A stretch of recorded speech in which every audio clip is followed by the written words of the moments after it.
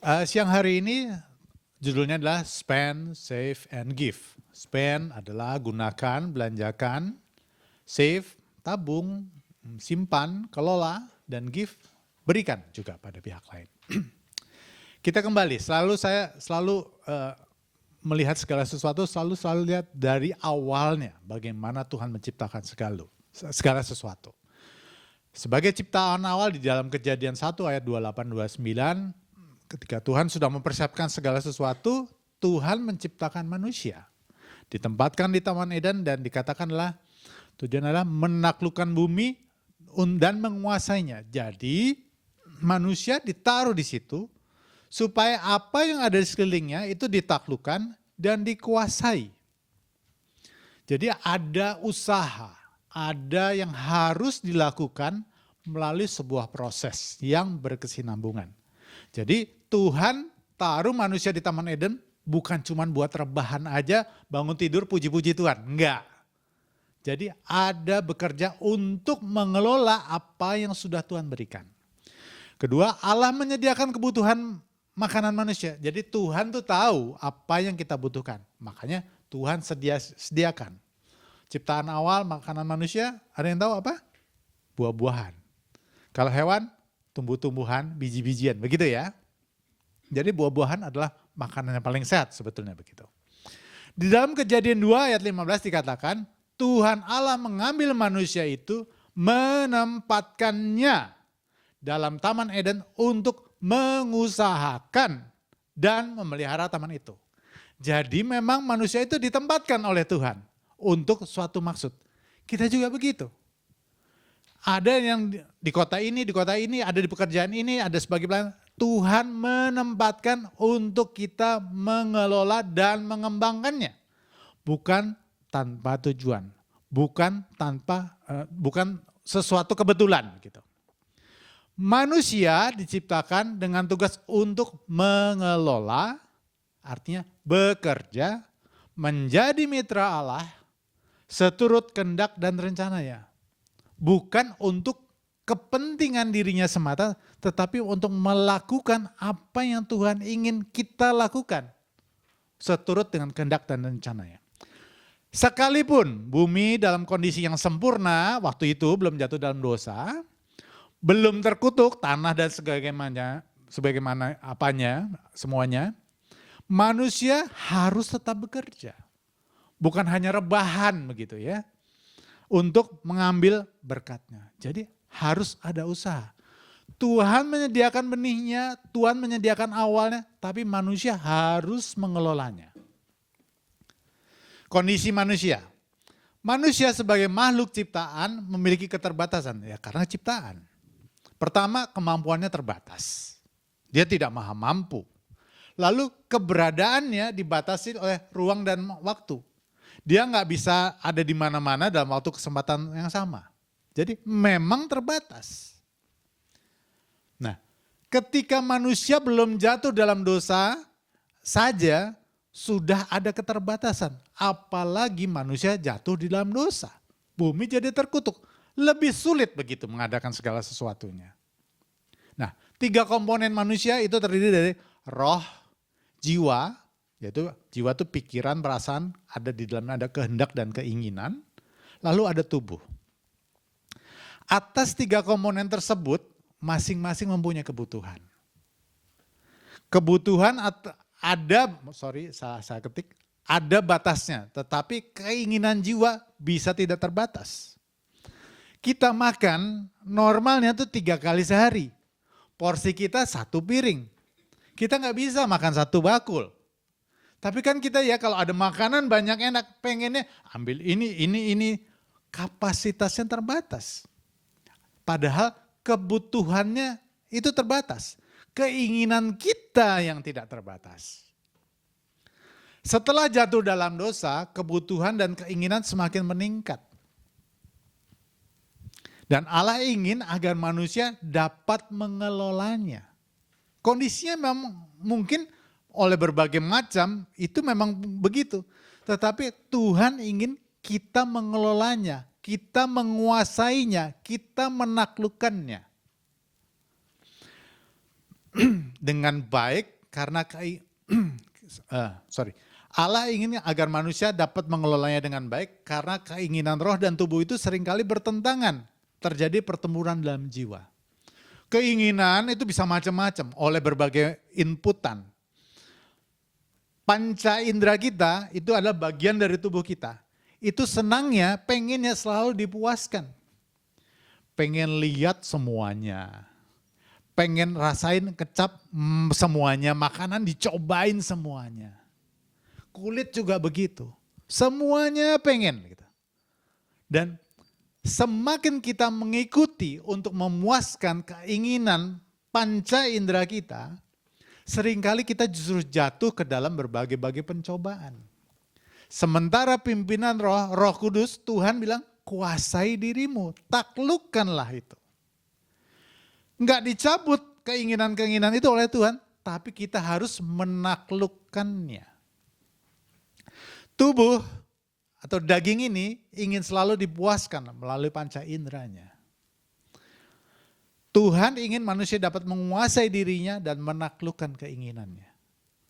Kenapa begitu? Ya, Tuhan kasih kehendak bebas. Tapi memang itu harus dikontrol. Justru karena ada keinginan, ada kehendak bebas, cara Tuhan untuk menguji manusia, apakah manusia itu taat mengikuti kehendaknya atau mengikuti dirinya sendiri. Dengan kerelaan. Prosesnya gampang? Enggak. Itu adalah melalui sebuah proses. Kedua, ini ada topik yang menyangkut topik hari ini. Tak mampu menguasai diri khususnya dalam keuangan. Di dalam 1 Timotius bilang kan gini, memang ibadah itu harus disertai rasa cukup, bersyukur dengan apa yang ada maksudnya. Memberikan keuntungan besar, manfaatnya banyak banget. Sebab kita tidak membawa sesuatu ke dalam dunia dan kita pun tidak dapat membawa apa-apa keluar. Saat kita check out nanti, kita nggak bawa apa-apa. Yang dibawa adalah tubuh pun hancur, tapi roh dan jiwa itu dibawa dalam kekekalan. Karena roh dan jiwa itu keluar dari Allah itu sendiri. Kan kalau tubuh ini kan dibuat dari tanah liat itu terkutuk. Akan hancur juga, digantikan oleh Tuhan. Tetapi roh dan jiwa itu adalah kekal. Itulah sebetulnya harus jadi concern kita untuk kita perhatikan bagaimana tubuh dan jiwa ini boleh berkenan kepada Tuhan, dibawa karena itulah yang akan dibawa dalam kekekalan. Timotius bilang gini, asal ada makanan dan pakaian cukuplah. Karena itu basic needs-nya. Karena kalau itu nggak cukup, kita bisa mati memang. Kalau nggak makan ya mati. Kalau nggak ada pakaian, ya kedinginan ya bisa mati juga gitu. Tetapi yang lain-lainnya, itu sebetulnya cuma bonus tambahan. Kalau kita lihat kehidupan Tuhan Yesus juga nggak bikin rumah besar gitu, makannya secukupnya normal-normal aja, sesuai dengan kebutuhannya. Standarnya kalau kita mau hidup kita tidak sulit begitu ya, asal ada makanan dan pakaian cukuplah. Sederhana banget ya, sekarang makin complicated, tetapi dasarnya adalah itu. Tetapi mereka yang ingin kaya, kenapa sih ingin kaya kalau mau jujur? Kenapa sih orang pengen punya banyak uang? Supaya dia bisa melakukan banyak hal untuk memuaskan keinginan panca inderanya tadi. Bisa ini, jalan ke sana, punya ini, punya itu gitu kan.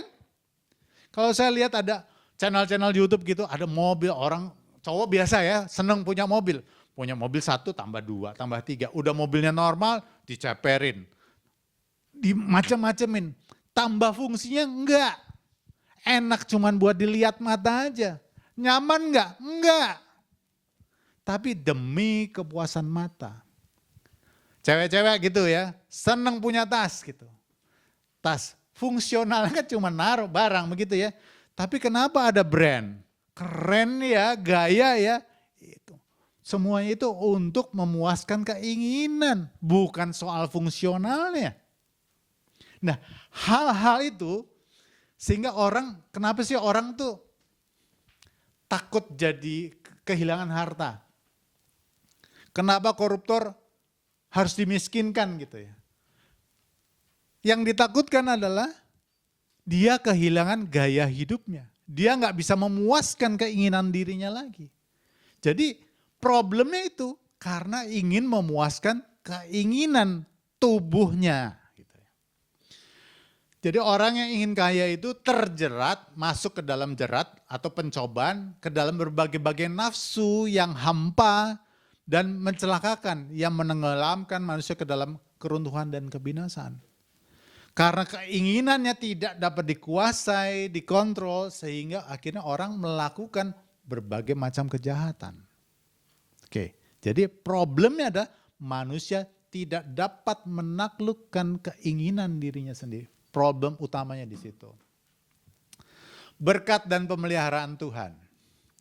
Berkat Tuhan dapat datang dalam berbagai macam bentuk yang harus dikelola dengan baik. Seperti, tadi, tubuh manusia ada 3 unsurnya. Roh. Ada nggak berkat untuk roh? Ada. Kerinduan, yaitu kerinduan untuk datang padanya melalui doa, penyembahan, dan pendalaman firman Tuhan. Saudara pikir kerinduan untuk datang pada Tuhan oleh karena niat baik kita sendiri? No. Karena Roh Kudus yang menggerakkan kita untuk datang pada Tuhan. Untuk belajar firman Tuhan. Karena Roh Kudus tahu, Tuhan tahu kamu perlu firman Tuhan. Rohmu itu perlu makanan, yaitu firman Tuhan. Ketika roh kita itu mati, jatuh dalam dosa, Tuhan Yesus telah menebusnya sehingga roh kita dihidupkan lagi. Kita dihidupkan oleh karena firman-Nya itu harus diisi. Kalau kita punya kerinduan, kok aku gelisah ya, aku mau berdoa ya, Tuhan yang menggerakkan, itu berkat. Itu bukan berjalan otomatis gitu aja. Segala sesuatu yang baik, Tuhan yang memberi benihnya di dalam diri kita. Tinggal masalahnya, kita bagaimana mau meresponinya apa enggak. Oke, jadi kerinduan untuk datang pada Tuhan, dalam kehidupan doa, membaca firman, itu berkat dari Tuhan yang harus kita responi. Kedua, jiwa. Saudara pikir kepandaian, bakat itu dari mana? Tuhan kasih. Apakah langsung punya, bisa tiba-tiba bayi gitu Tuhan kasih, lalu bisa memecahkan matematika dengan soal universitas, bisa menciptakan hukum kinetik begitu? Enggak. Tuhan kasih benihnya, Tuhan kasih kesempatannya untuk orang sekolah. Belajar, itu namanya dikembangkan, dikelola.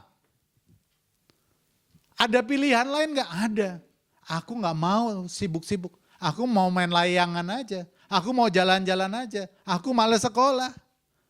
Kesempatan untuk mengembangkan ilmunya, talentanya tidak dipakai. Saudara pikir orang bisa jago main piano tuh langsung jago? Enggak. Talentanya Tuhan kasih. Tapi dia harus mengembangkannya, mengelolanya. Enggak ada semua yang terjadi begitu aja langsung udah jadi, enggak. Semua harus dikelola dengan tanggung jawab. Keahlian, keterampilan. Kalau misalnya teman-teman bisa masuk sekolah Makedonia, itu anugerah Tuhan. Tuhan punya rencana dalam hidup saudara-saudara. Punya suatu maksud. Sehingga keberadaan kita, ketika kita kembangkan kesempatan itu, kita pakai dengan baik, kita kelola dengan baik,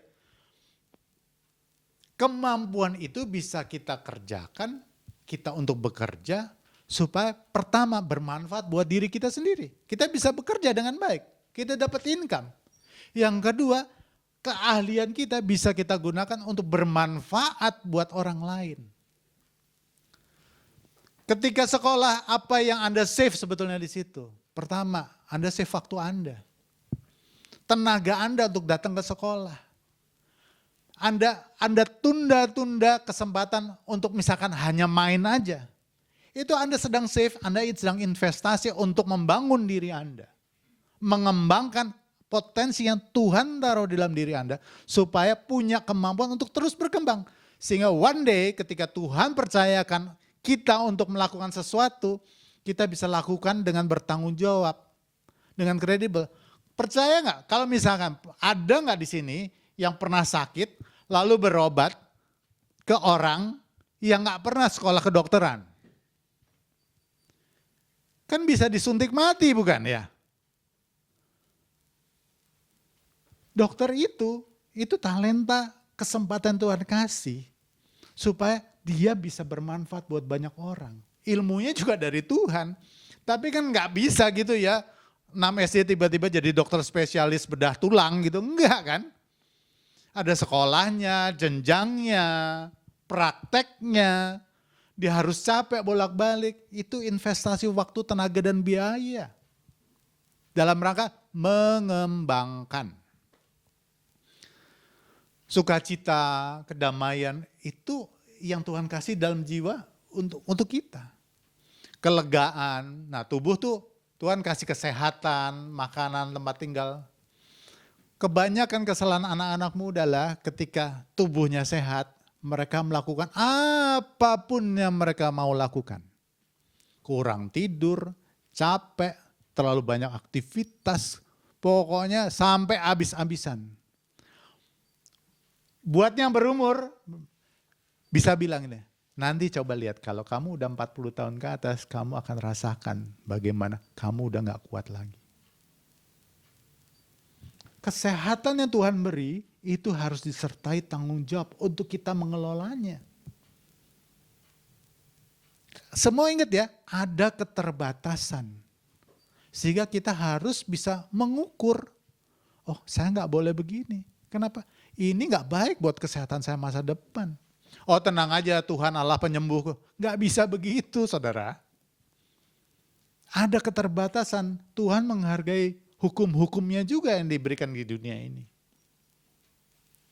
Oleh karena dosa, tubuh bisa makin lemah. Udah fakta itu. Sebelum jatuh dalam dosa, iya karena roh Allah tinggal selama-lama di orang itu, di Adam dan Hawa. Sehingga dia punya kemampuan regenerasi luar biasa. Tetapi ketika tubuh yang dibuat dari tanah ini yang terkutuk itu mengalami degradasi umur, lihat aja statistik dalam Alkitab. Dari 900 tahun, 300 tahun, 120 tahun, 70 tahun, rata-rata turun terus. Itu fakta. Jadi memang harus dikelola. Penunjang berkat Tuhan. Contohnya ada kesempatan, keuangan. Enggak semua orang pinter, IPK-nya 3,9 itu bisa jadi orang kaya loh. Enggak. Enggak setiap kesempatan itu selalu datang terus-terusan. Harus kita kelola dengan baik, dengan bertanggung jawab. Kita mempertanggungjawabkannya di hadapan Tuhan. Kalau teman-teman sini dalam pelayanan, itu ada kesempatan yang Tuhan kasih buat kita untuk melayani Tuhan. Enggak semua orang dikasih kesempatan seperti ini. Anda harus syukuri Tuhan, terima kasih. Kalau aku dipercaya Tuhan untuk melayani orang lain. Bukan kita berpikir, aduh gue dikasih tugas lagi. Capek. Gak semuanya loh dikasih kesempatan itu sama Tuhan. Mindset kita ini itu harus mengalami pembaruan. Sudut pandangnya. Supaya kita bisa melihat, kita bisa hitung berkat-berkat Tuhan setiap hari. Saya lihat tuh statusnya Bu Nevi, menghitung berkat harian. Kalau kita tidak mau berdiam diri dalam renungan Tuhan, apa yang sudah Tuhan lakukan dalam hidup saya, kita ingat satu persatu. Bagaimana Tuhan memelihara, bagaimana ketika dalam kesulitan dia memberikan kelepasan, bagaimana dia memberikan jalan keluar, bagaimana dia memberi kesempatan untuk aku sekolah, untuk aku bekerja. Nggak ada yang kebetulan. Itu harus dikelola. Oke. Tuhan rindu memberkati umatnya, namun kita perlu juga bertanggung jawab. Mengelolanya, dalam proses pengelolaan itu kita juga dapat menikmati spending.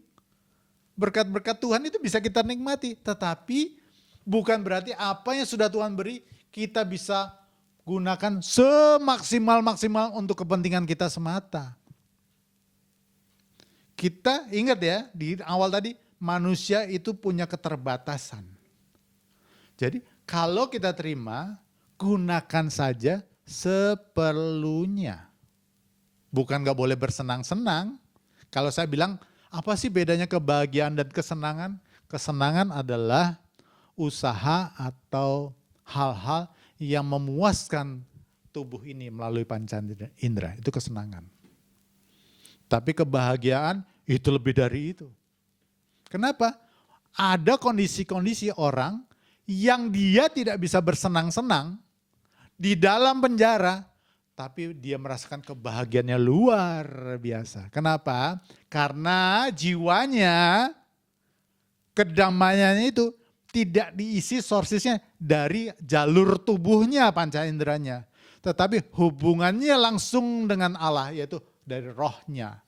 Kan tadi jiwa itu di tengah-tengah. Dia bisa inputnya dapat dari roh, jalur roh, atau jalur tubuh. Manusia kebanyakan ketika mengalami stres, permasalahan, tekanan hidup, berusaha untuk menenangkan dirinya lewat jalur tubuh. Shopping, jalan-jalan, nonton ini, happy-happy, ke disco, begitu kan? Semakin kita mencoba untuk memenuhi kebutuhan jiwa kita lewat jalur badan tubuh ini, kemungkinan untuk mendatangkan pencobaan dan kesulitan makin besar. Bukan nggak boleh loh, jalan-jalan boleh. Tetapi kalau kita hanya berfokus mencarinya bahwa hanya lewat situ kita dapat, maka potensi kerusakannya besar. Berarti kalau kayak gitu, berarti hanya orang kaya dong yang bisa senang, bahagia. Kan Tuhan nggak begitu kan? Orang sederhana, hidup takut akan Tuhan, bisa kok punya sukacita luar biasa. Justru Tuhan ingin, caranya nggak gitu ya. Tanggalkan, kuasai dirimu. Datang kepadaku, aku akan memberikan kamu kelegaan. Gitu loh. Mindset cara pikir kita ini tuh yang harus dirubah. Orang sederhana justru, kenapa sih ya justru orang sederhana tidurnya gampang? Saudara pikir orang-orang tenar, orang kaya gampang tidurnya? Enggak, pikirannya jalan terus, gak bisa tidur dia. Permasalahannya mikirin macam-macam. Tapi orang yang hidup sederhana, mencukupkan dirinya, bersyukur dengan apa yang Tuhan kasih. Lalu punya relationship yang bagus dengan Tuhan, tidurnya tenang, dia gak khawatir akan masa depannya. Kenapa? Semua milik Tuhan. Aku lakukan, Tuhan memelihara aku. Kalau sampai waktuku tiba, aku harus check out, aku juga gak gelisah. Aku kembali kepada penciptaku, memiliki kehidupannya lebih baik lagi. Oke, save, spend, save, and give. Ini cara, saya tanya apa sih maksudnya topik ini gitu. Lalu saya browsing, ini adalah salah satu cara yang efektif, sederhana untuk mengajarkan anak-anak bagaimana sejak dini mengelola keuangan. Kenapa? Karena keuangan penting. Kenapa? Keuangan itu tadi, kalau cinta akan uang, cinta akan harta, itu akar dari segala kejahatan. Kenapa? Dengan uang kita bisa melakukan segala hal. Nah, supaya nggak cinta ke situ, harus dikelola. Salah satu cara paling terkenal untuk belajar mengelola keuangan sejak dini adalah menggunakan 3 toples yang diberi label spend, belanja, save, dan give. Agar anak Anda dapat belajar mengelola uang, mereka perlu memegang uang untuk dikelola. Jadi bisa diajarin tuh sejak dini. Ini ya nak, supaya aku pengen, karena uang itu penting. Aku pengen kamu belajar tentang mengelola uang. Pertama, kita belajar, kasih ajar bahwa untuk dapat uang itu orang harus kerja loh. Gitu. Kamu papa sama mama mau kasih uang, tapi kamu harus kerja yang sederhana, kasih uang. Sehingga dia merasa dia bisa simpen. Lalu kita ajarin, dia masukin ke kotak save, kotak spend, kotak give. Spend tuh untuk keperluan, jajan segala macam. Nah, cara metode inilah memberi anak motivasi. Aku pengen ini mainan ini, ya itu mahal. Kalau kamu mau beli itu, aku nggak mau bisa kasih uang lagi. Tapi kamu harus tabung supaya save itu nambah sehingga bisa masuk untuk kamu belanjakan. Artinya begini, anak diajar untuk menunda kesenangannya sementara sehingga uangnya bisa terkumpul untuk bisa membelikan sesuatu yang akan sangat memuaskan dia. Selain mengelola keuangan, tetapi anak juga diajar untuk bekerja dan menunda kesenangan. Tanpa sadar anak itu diajar untuk menguasai dan menaklukkan dirinya. Supaya apa? Cita-citanya memiliki sesuatu nanti tercapai. Saya renungkan, ini ternyata sebenarnya bukan soal keuangan aja ya. Semua aspek kehidupan kita begitu kan? Kalau Anda pengen punya gelar bagus supaya kerja bisa baik, Anda harus sekolah. Anda harus save semua aktivitas yang lain yang buat fun-fun aja. Mesti belajar, mesti ujian, pusing gitu. Enakan jalan-jalan kan? Iya, tapi bisa jalan-jalan. Tapi masa depanmu itu kacau. Loh, tapi Pak, ada loh orang-orang yang gak punya gelar hebat, tapi punya hebat jadi milioner. Bill Gates segala macam. Kita ngomongin soal probabilitas. Usaha saving, pengorbanan itu untuk memperbesar kemungkinan bahwa Anda bisa mendapatkan yang lebih baik. Kalau orang-orang khusus itu, ya itu sesuatu yang khusus, nggak bisa digeneralisir. Tapi pengorbanan kita, sekolah kita, usaha kita, itu memperbesar statistik kita, probabilitas kita untuk meraih kesuksesan. Karena apa? Di luar sangat banyak variabelnya. Jadi memperbesar, artinya orang bilang ikhtiarnya kita, usahanya kan. Hasilnya ya aku harus usahakan. Hasilnya terserah sama Tuhan. Kenapa? Aku percaya kok rencana Tuhan yang terbaik dalam hidupku. Bagianku adalah bertanggung jawab untuk mengelola setiap kesempatan yang Tuhan kasih. Itu bertanggung jawab. Tetapi kita harus paham juga bahwa Tuhan tahu apa yang terbaik bagi kita. Seringkali kita nggak sadar potensi-potensi jelek yang ada dalam diri kita, bahaya yang sedang kita hadapi. Tapi Tuhan tahu dan itu mencegahnya dan itu baik. Caranya adalah ini, bisa memberi pekerjaan ringan ataupun uang saku kepada anak.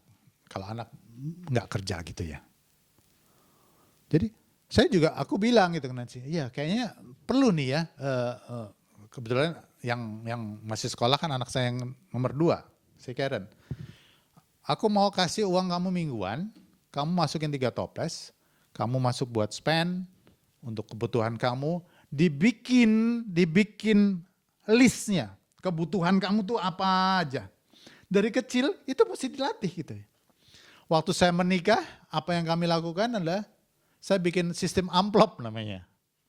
Alokasi, buat bayar listrik sekian, bayar ini, bensin, amplop. Nggak ada sisa nih. Ya udah kita nggak bisa senang-senang dulu lah. Kalau ada saving baru, karena ada kondisi kadang-kadang ada kondisi emergency, sakit lah segala macam ada. Kenapa harus kita kelola semua itu? Supaya kita nggak cepet gampang-gampang, tolongin aku dong, pinjam 100 dulu dong gitu kan. Enggak. Kecenderungan sekarang yang anak-anak Gen Z, healingnya kebanyakan. Dikit-dikit begini, dikit-dikit ngopi, dikit-dikit. Jadi itu harus dikelola. Nah, ada kotak yang ketiga, give.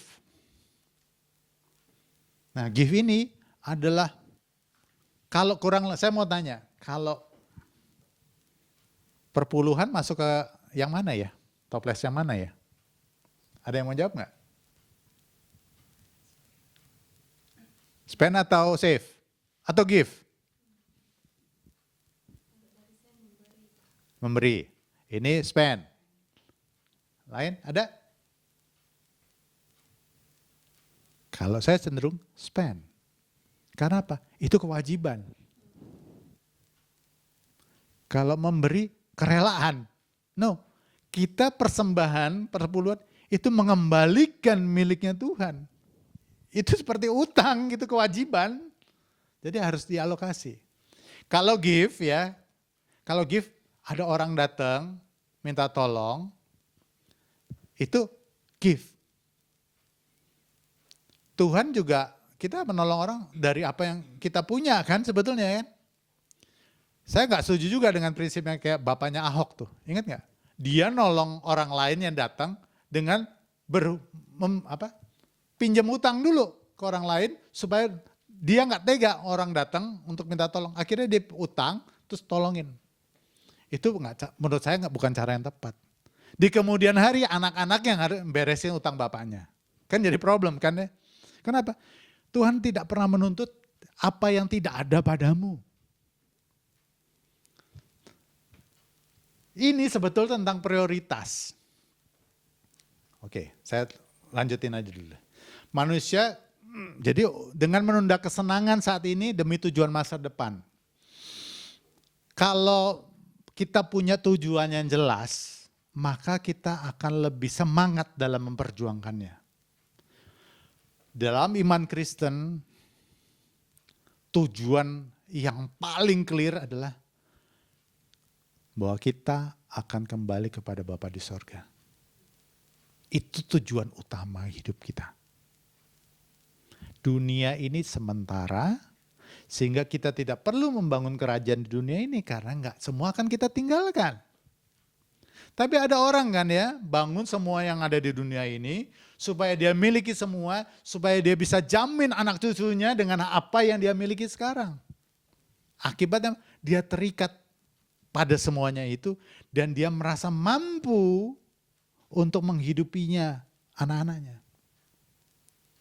Dia lupa bahwa dia harus mengarahkan anak-anaknya untuk bergantung pada Tuhan, bukan terhadap warisan orang tuanya. Bahaya loh. Makanya saya bilang, gak apa-apalah anak-anak ngalamin kesulitan dulu gitu. Supaya mereka belajar. Mereka bergantung pada Tuhan dan mereka mampu mengelola keterbatasannya itu. Nah, seringkali seseorang harus menunda kesenangan diri dan menahan diri untuk mendapatkan hal yang lebih berharga di masa depan. Menabung untuk sekolah, untuk pendidikan, untuk banyak hal. Kita harus tahan diri dulu. Sebetulnya kan bagus ya, membantu untuk menguasai diri, menaklukkan keinginan. Itu kan bagus ya. Bukan sesuatu hal yang untuk dikeluhkan, enggak. Thanks untuk kesempatan Tuhan kasih, tools yang Tuhan kasih. Seringkali harus lewat pemaksaan diri nih kalau mau saving. Contoh aja, dapat duit langsung cemplungin 20% untuk misalkan save. Kan ada ya kok di orang dalam beberapa orang, kamu kok saving gimana sih? Ya aku kok dapat income, aku belanja nanti kok ada sisanya baru aku save. Yang ada adalah gak akan ada saving. Kenapa? Keinginannya itu yang sulit. Jadi saving dengan di lock sekian persen, setelah kita hitung nih yang regular, lalu pokoknya saving sekian. Kalau mau spend fun, dari sisanya setelah savingnya dipinggirin. Itu membantu loh. Aku gak punya duit, gak bisa jalan-jalan. Ya sudah. Karena kalau itu dipindahin ke alokasi buat spend, melar terus. Kenapa? Keinginan selalu ada. Panca indera ini selalu ingin dipuaskan. Atau bisa juga, kalau spendnya 200 pokoknya aku saving sepertiganya gitu. Ini terserah masing-masing gitu. Tapi intinya adalah bahwa toples itu diisi. Toples itu kan buat anak-anak ya, kita kan gak pakai toples lagi. Tapi emang kita harus cari cara, gimana caranya supaya bisa mengelola dengan baik. Supaya kita bisa namanya mencukupkan diri. Karena gaji 5 juta juga gak cukup. 10 juta ya cukup, 20 juta cukup, 100 juta cukup. Atau bisa dibalik. 5 juta gak cukup, 10 juta gak cukup, 20 juta gak cukup, 100 juta juga gak cukup. Sangat variabel.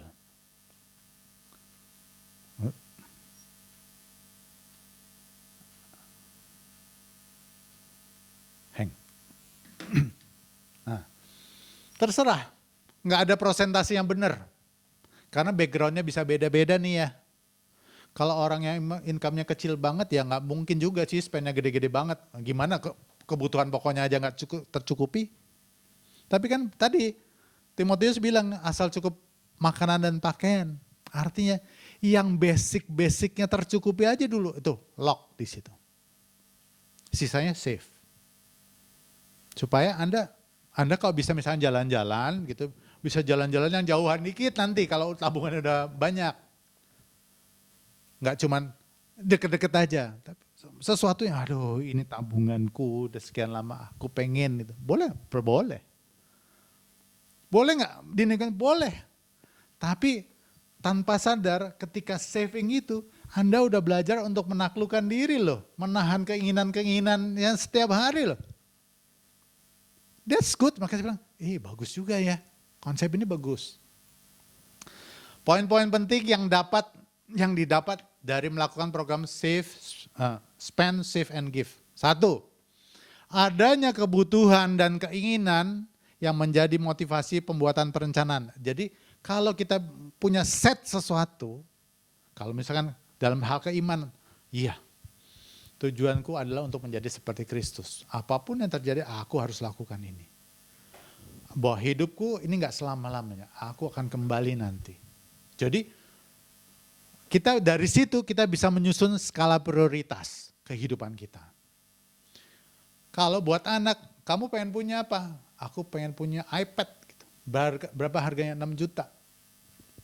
Ya, aku gak punya uang. Tapi ada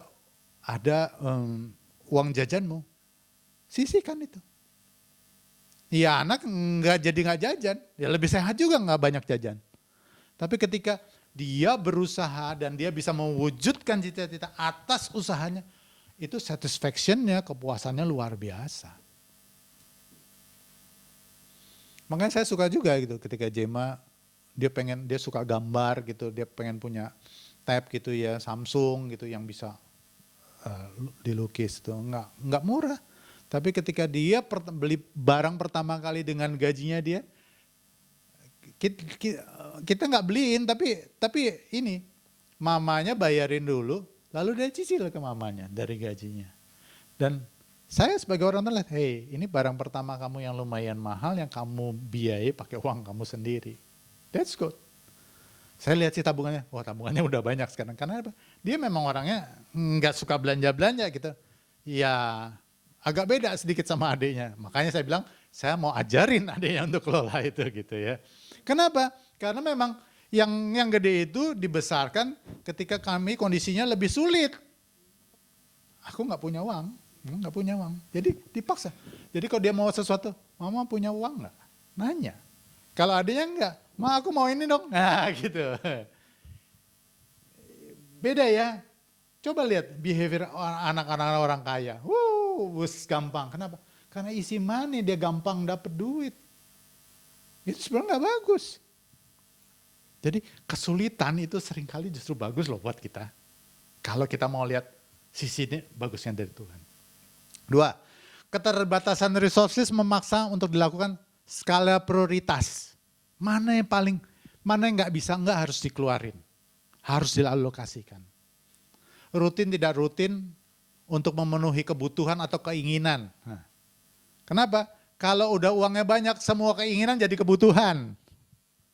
Benar kan begitu ya? Semuanya butuh. Begitu, udah klasik lah begitu. 3, menunda kesenangan sementara untuk mendapatkan hal yang lebih berharga di kemudian hari. Tahan diri dulu sekarang. Karena kamu akan mendapatkan. Ketika kamu hidupmu juga tidak sama dengan dunia ini, mengikuti kesenangan dunia, ada upah besar nanti kamu punya kehidupan yang jauh lebih baik daripada apa yang sekarang. Sama semuanya sistemnya begitu. 4, membuat perencanaan, melakukannya dengan disiplin.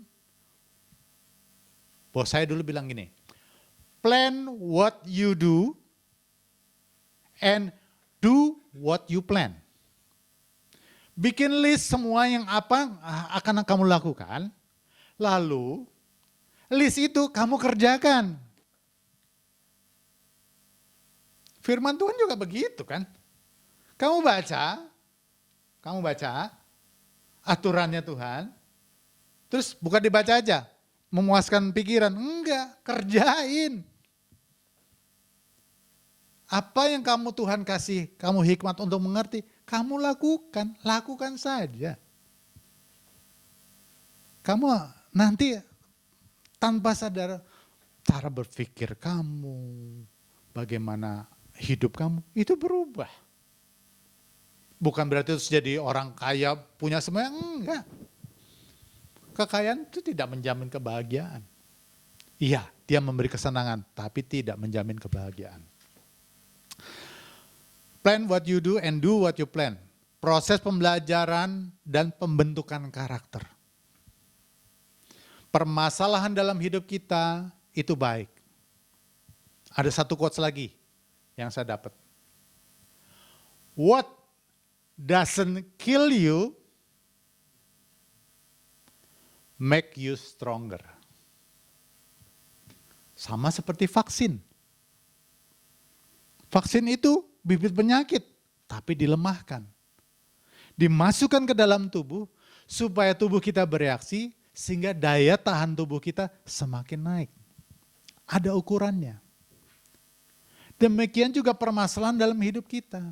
Tuhan izinkan terjadi dalam hidup kita supaya kita bisa meresponinya dengan baik, bukan bereaksi, tapi meresponinya dengan baik, mempraktekkan firman Tuhan yang sudah dimasukkan ke dalam pikiran kita lakukan dan mengalaminya sehingga iman kita bertumbuh, kita menjadi semakin kuat, tidak mudah diombang-ambingkan. What doesn't kill you make you stronger. Jadi jangan keluhkan permasalahan, tantangan selalu ada, nggak mungkin enggak. Bersyukurlah bahwa itu hadir. Kenapa? Kamu ingat, terima kasih Tuhan untuk masalah yang aku hadapi. Aku percaya bahwa aku mampu. Jikalau aku tidak mampu, Tuhan memberi aku kemampuan yang menguatkan aku. Tuhan yang memberi aku jalan keluar. Kalau nggak ada jalan keluarnya, segala sesuatu, ya mati kan. Balik ke rumah Tuhan. Orang Kristen tuh asik banget sebenarnya kalau mengerti rahasia-rahasia tentang kehidupan. 5. Allah memberikan benih awal. Bentuknya nggak jadi. Benih awal. Dan kita dipercaya untuk mengelola dan mengembangkannya. Di dalam pimpinan Tuhan, di dalam pimpinan Roh Kudus. Agar bermanfaat bagi diri kita sendiri, memenuhi kebutuhan kita, dan sebagian keinginan kita mungkin, dan juga membantu orang di sekitar kita. Itu gift-nya buat orang lain. Benihnya Tuhan kasih. Tapi kita harus memperjuangkannya, kita harus mengerjakannya, kita harus mengelolanya dengan baik. Dengan bertanggung jawab. Nggak ada yang jadi, full langsung nggak ada. Kenapa? Karena sesuatu yang diberikan jadi nggak mendidik. Nggak membentuk. Sementara Tuhan ingin mengubahkan manusia kita, manusia rohani kita untuk menjadi seperti Kristus. Ada proses.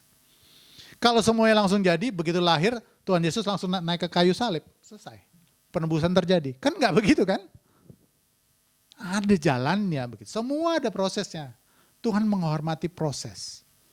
Karena pasti ada rencana besar di dalam rencananya dalam hidup kita melalui proses itu. Membantu orang lain di sekitar kita agar kita dapat menjadi saksi kasih Allah. Kitanya menjadi saksi, bukan menyaksikan saja, menjadi saksi, menjadi pelaku.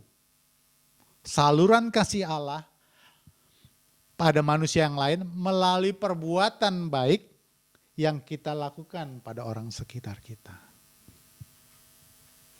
Kita menjadi mitranya Tuhan dalam menyalurkan kasih Allah. Sehingga orang lain bisa melihat kasih Allah yang kita sembah itu di dalam diri kita, melalui kita. Kita tidak menjadi batu sandungan buat orang lain. Untuk bisa menjadi saksinya perlu latihan, perlu proses, perlu penguasaan diri, perlu pengelolaan yang benar. Perlu background motivasi yang benar. Orientasi bukan hanya pada diri sendiri, tetapi pada Tuhan. Kan gitu, Tuhan maunya begitu. Bagaimana shifting ketika manusia hanya berpikir dari apa yang menurutku pandang baik, kan begitu kan ya? Tapi apa yang menurut baik menurut kehendak Allah. Ketika kita setuju untuk melakukannya, bekerja sama dengan Dia, maka keberkenanan Tuhan itu atas sikap hidup kita, itu yang membuat kita bahagia. Bagaimana Anda mengelola berkat-berkat Tuhan lainnya di selain keuangan? Kayak tadi. Coba mulai direnungkan. Apa yang Tuhan kasih ya untuk memenuhi kebutuhan rohku? Apa yang sudah Tuhan kasih ya untuk memenuhi kebutuhan jiwaku? Apa yang Tuhan kasih menurut tubuh untuk kebutuhan tubuhku? Apakah aku sudah mengelolanya dengan baik? Mengerjakannya dengan baik? Meresponnya dengan baik? Untuk setiap kesempatan hal-hal yang sudah Tuhan berikan dalam hidupku. Ada satu lagu, hitunglah berkat satu persatu. Dan tanyakan bagaimana kita telah menyikapinya. Memang perlu waktu teduh sih. Maksudnya perlu merenungkannya, pikirin. Iya Tuhan, iya. Kalau aku lihat hidupku begini, terima kasih. Sehingga ucapan terima kasih kita bahwa Tuhan itu baik, itu memang karena kesadaran kita menyadari apa yang sudah Tuhan lakukan. Bukan karena MC-nya ngomong Tuhan itu baik saudara-saudara gitu. Dia ngomong no. Ketika kita mau merenungkannya bagaimana kebaikan Tuhan, maka ucapan syukur kita kepada Tuhan itu dengan tulus bahwa kita menyadari Tuhan itu baik. Amin. Kita berdoa.